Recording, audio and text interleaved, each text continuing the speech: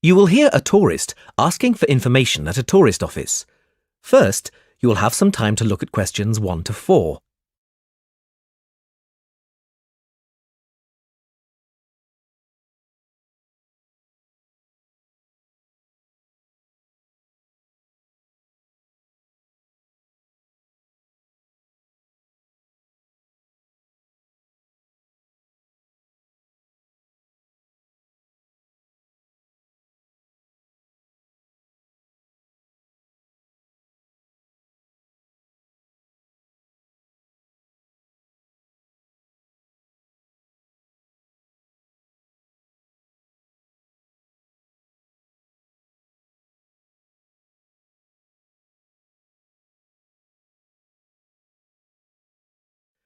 Now we shall begin.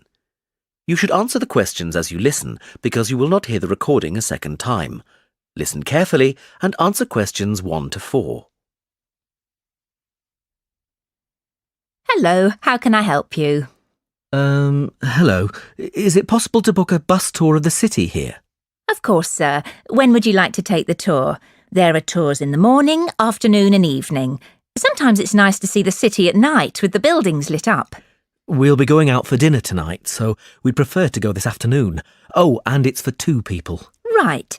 Now, I just need some details. Can you give me the names of the 2 people, please? Yes, Susan Field and James Carter. Susan Field and James... Sorry, can you spell your surname for me, please? It's Carter. Carter. Thank you. And can I have a contact telephone number? Why do you need one? Just in case we have to cancel the tour and need to contact you. I see. Well, my mobile number is 07988 636 197. That's 07988 636 197. Now, can you also tell me which hotel you're staying at? The Crest Hotel. Oh, no, sorry. That's the hotel we're staying in next week. It's the Riverside Hotel. Oh, the Riverside is a lovely hotel. Are you enjoying your stay? Yes, we are, very much. We'd definitely recommend it to others. Oh, I am glad. Now, I can book you on the tour at 4 p.m. Would that suit you? Alternatively, there is one at 2. 2 would be better for us, please. Right. That's booked for you, sir. 2 people at 2 p.m. today, August the 14th. You pay the bus driver when you get on, and it's £4 per person. Thank you very much. Before you hear the rest of the conversation, you have some time to look at questions 5 to 10.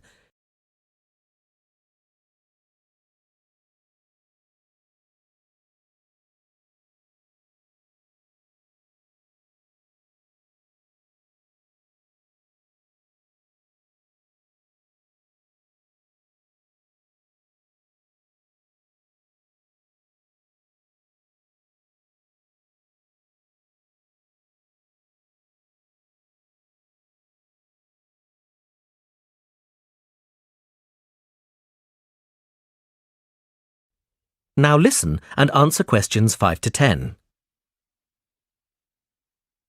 Can I also ask you about the museum in the main square? I was reading about it in my guidebook and was shocked to see that the entrance price is £10. Why does it cost so much? Well, the museum has the largest collection of Latin American art in Europe. People come from all over the world to see it. But that's not the reason why it's so expensive to get in. You see, the building is very old and it needs repairs. The £10 ticket cost will go towards repairing the roof and the walls. I see. Well, I suppose it's worth paying £10 to see the collection. Yes, I think so too. Is there anything else I can help you with? Actually, there is. I was wondering if you knew of any good restaurants in the area. Well, there are a few restaurants near the harbour and a couple on the beach, which are nice. The problem is that the smell of the fish market is quite strong down there. I don't think my girlfriend would be very pleased. I know what you mean. It's not very romantic, is it? My advice would be to go to the next town. It's bigger and the restaurant selection is wider. You can get there by taxi and it only takes about 10 minutes. The town is quite picturesque. Is it for a special occasion? Yes, it's my girlfriend's birthday, so I'd like to go somewhere special. Do you know any of these restaurants well enough to tell me about them? Well, I know about a few of them, and there are pictures in this leaflet here. Oh, this one here is lovely, the Bellevue, and it's extremely popular. It has a famous chef, so it's not cheap, but the standard of the food is very high. It's right by the sea, and there are wonderful views if you get a good table. Then there's the Lighthouse Cafe, you can see the picture here, which isn't really a cafe at all. In fact, it's a great restaurant, and a lot of TV celebrities and actors eat there. The place has been going for over 100 years. It's quite an institution around here. I'm not sure about those two. They sound too expensive to me. I was thinking of somewhere small, not too upmarket, but with good food. In that case, what about Harvey's? The same family has run this restaurant for over a century, and it's reasonably priced and really popular with local people. Oh, and there's another family-run restaurant, Stonecroft House. New owners took over a month ago, and they're getting good reviews. There's a new chef there, and the food is meant to be very good. This leaflet has the contact details for all the restaurants, so you can just call them if you'd like to book a table. Great, thanks. You've been very helpful.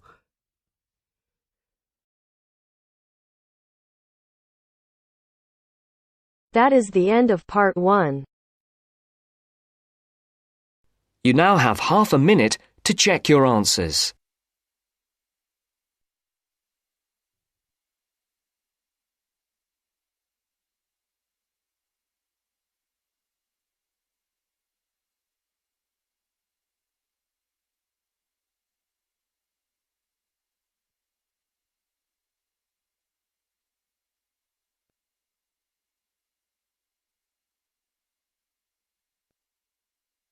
Now turns to part 2. Part 2. You'll hear a radio program on the process of making beer. First, look at questions 11 to 14.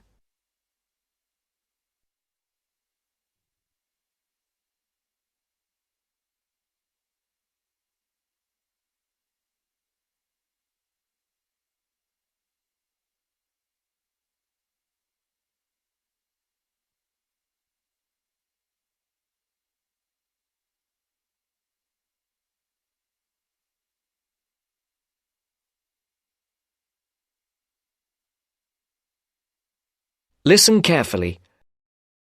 Hello and welcome to Gourmet Evening, and this week we're looking at the world's popular beverage, a great favourite today, beer. And in the studio to tell us all about it is Clark Maxwell. Beer is one of my personal favourite beverages, and I've got a number of facts, tips and trivia about beer to share with you. So, who invented beer and when? What is beer made of? Actually, historians are not entirely sure when beer was invented, but they guess that beer was created accidentally by early nomadic tribes roughly 10,000 years ago. The 4 primary ingredients are malt, hops, yeast and water. Malt, which gives the beer a sweet taste, is made from barley soaked in water until its husks open and sprout. The sprouts are then dried and crushed. The small flowers of the hops vine are added partly because they taste bitter, helping balance the sweetness of the malt. Hops prevent the growth of bacteria that can spoil beer. Yeast is responsible for fermentation, which creates the alcohol and carbonation. Beer makers sometimes use additives or substitutes for malt or hops. Substitutes such as corn or rice can make a beer lighter or cheaper to produce. Before the broadcast continues, look at questions 15 to 20.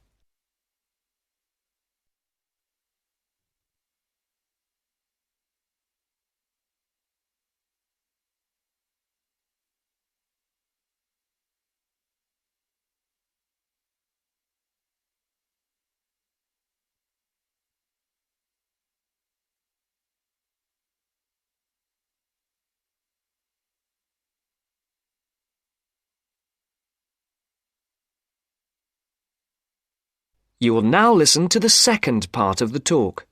Adding fruit gives beer a fruity taste. Beer is not high in alcohol, as we know. The lowest type, light beer, contains no more than 2% alcohol. and the highest may reach 6%.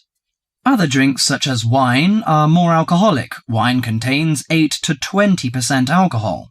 But that is not to say drinking beer is no danger at all. Like all alcoholic beverages, beer can make it difficult to drive and think clearly. Excessive drinking can also lead to liver damage, high blood pressure, stomach ulcers, and other health problems. However, beer also helps prevent some health problems when consumed in moderation.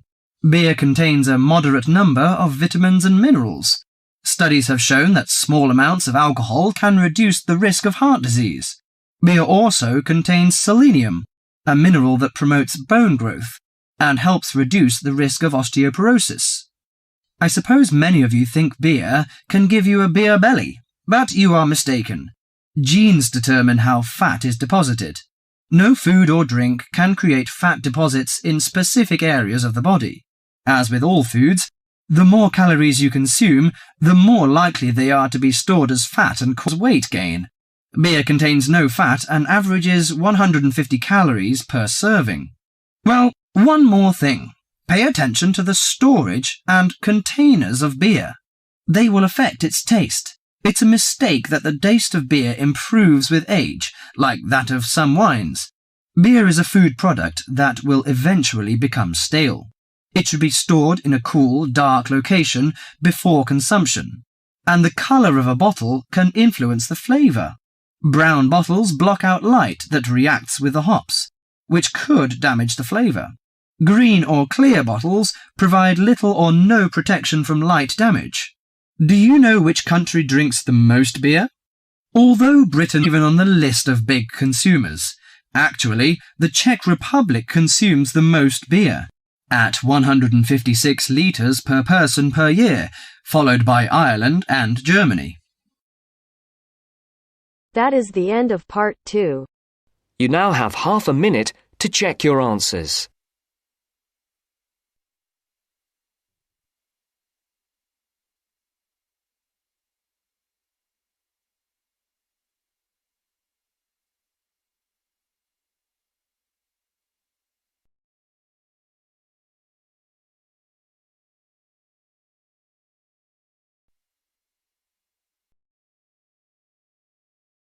Now turns to part 3.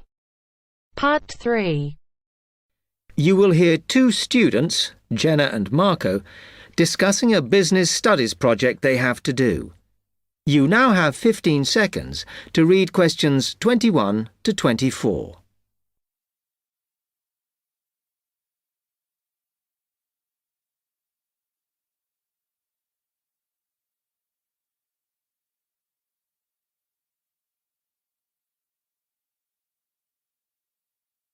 Come on, Marco. We've got to get on and sort out this project for Professor Buckley. Hang on. I want to make sure we've got all the information. Now, where are we? Well, today we need to sort out exactly what we're going to do and how we're going to divide the work up. Okay. How long have we got, by the way? The end of term is April 6th. And he said to hand it in on week 8, so that's March 25th at the latest, because the beginning of that week is the 21st, so not long. Right. Have you got the notes there? Yes. He wants us to do a fairly small-scale study, like the last one, on whether or not businesses were offering more benefits to staff. And we've now got to look at the rise in older workers. It should be fairly straightforward. Yeah, as long as we keep it small. Who's marking it? I don't know.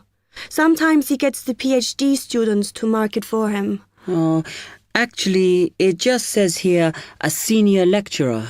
I suppose it's too much for Professor Barclay to do them all. Yeah.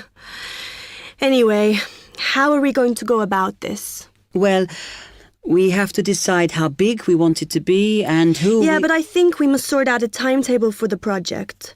Otherwise, nothing will get done. Okay. Do you want to do that? All right. I'll do it as soon as we finish here. Before you hear the rest of the talk, you have some time to look at questions 25 to 30.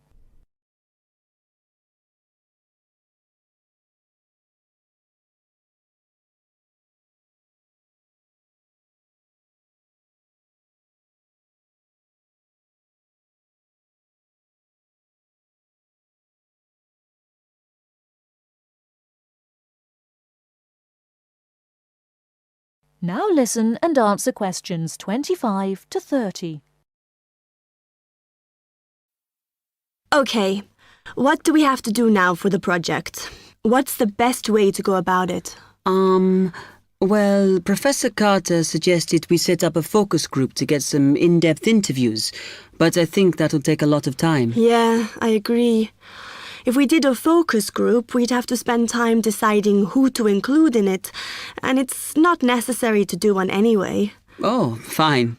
And if you agree, I think we should get in touch with the businesses on the list Professor Carter gave us and ask them if they're prepared to participate. Sounds good. Then we can go there, give them questionnaires and collect them later. Exactly. Okay. Then do we need to book one of those study rooms in the library so we can work together to input the data? Perhaps not, as I guess just one of us could just sort it out actually. Yes, that would be easier. A lot of what we're doing is qualitative, so it'll be writing up rather than statistics. No software for that, I'm afraid. And I think it would look better if we had actual shots of some of the staff, because we're citing appearance as a factor in employability, aren't we? Yeah, okay. I'll factor that all in when I sort everything out tonight. I'm glad we decided to work together. I think it's going to work out well. Yes, well, given that we had to work in pairs on this project, I think we were right to choose each other. We complement each other academically, as we're each good at what the other isn't. In fact, we should have tried working together before. Yes. Now, how shall we split the work? I'll do the analysis, shall I? Oh, okay. It's just that it might be faster, because I'm used to doing it. Although your English is better than mine. I need more practice at reading, really. Okay, I'll do the presentation then, if that's okay with you. Yeah, sure. I don't mind speaking in public, but I hate preparing all the notes for them. The thing is, the tutor said one person should do the whole presentation, and he said he expects me to do it because I haven't done one yet. No, that's fine. Now, let's see.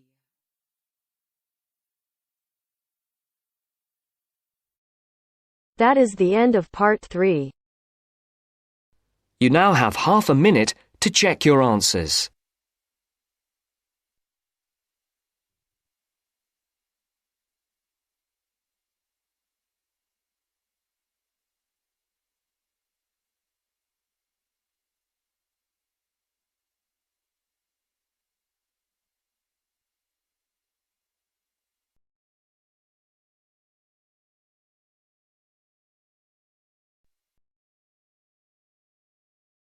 Now turns to part 4. Part 4. You will hear part of a lecture about a crater in Australia. First, you have some time to read questions 31 to 40.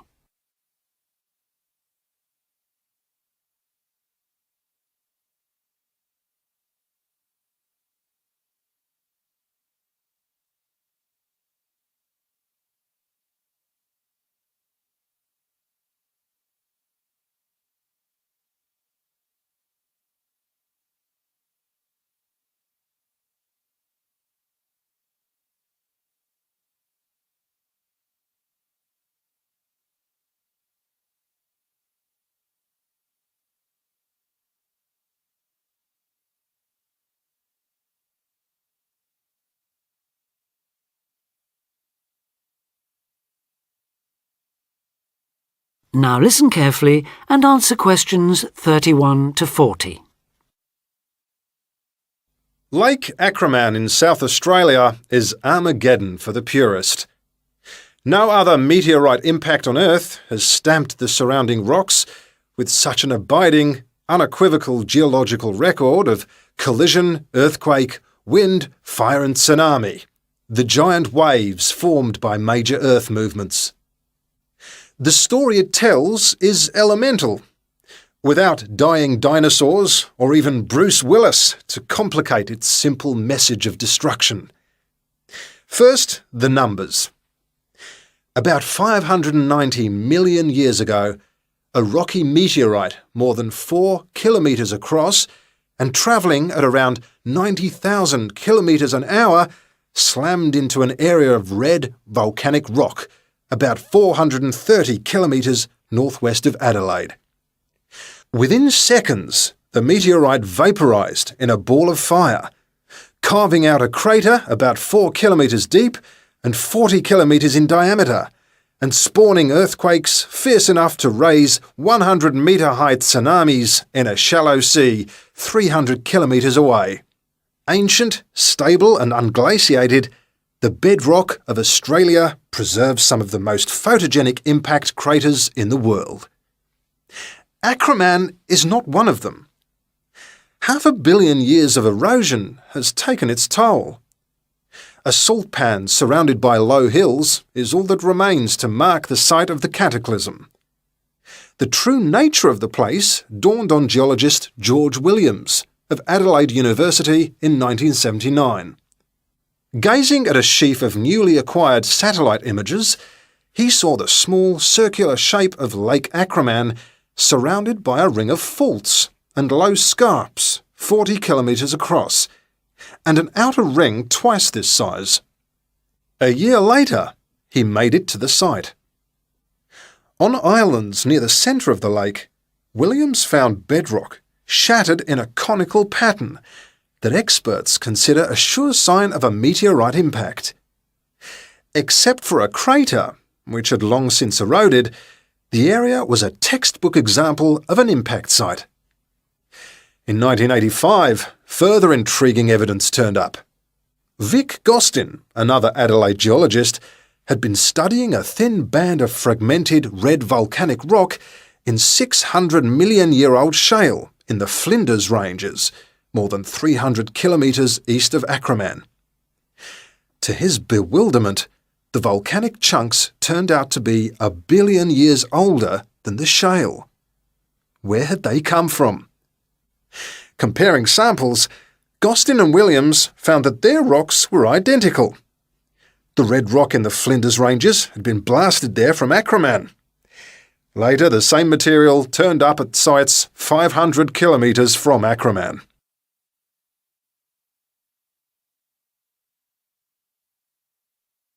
Everywhere, the bands of fragments showed the same structure. Coarse pebbles at the bottom, then a cocktail of silt and sand, then layers of increasingly fine sand distorted on top into a wavy, scalloped pattern. These layers also show, step by step, how the meteorite transformed the floor of an ancient sea hundreds of kilometres away, according to Malcolm Wallace of Melbourne University. First came the earthquake.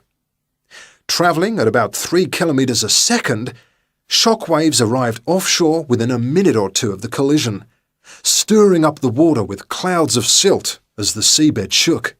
Then shattered rock from the explosion arrived by air. Pebbles and boulders crashed into the water, reaching a depth of about 200 metres within a minute. One day they would become the lower band of the Flinders Rock. Sand took up to an hour to come to rest, finally bedding down with the silt that was also now settling on the sea floor as the effects of the earthquake died away. This mixture would eventually form the next layer. About an hour after the meteorite's impact, huge waves rolled in, leaving the ripples on the surface that later hardened into rock. Clear as mud is not an oxymoron. In Acraman, the arid, timeless Australian outback has preserved the closest thing the earth can boast to a perfect pockmark, the pinnacle of imperfection. That is the end of part 4. You now have half a minute to check your answer.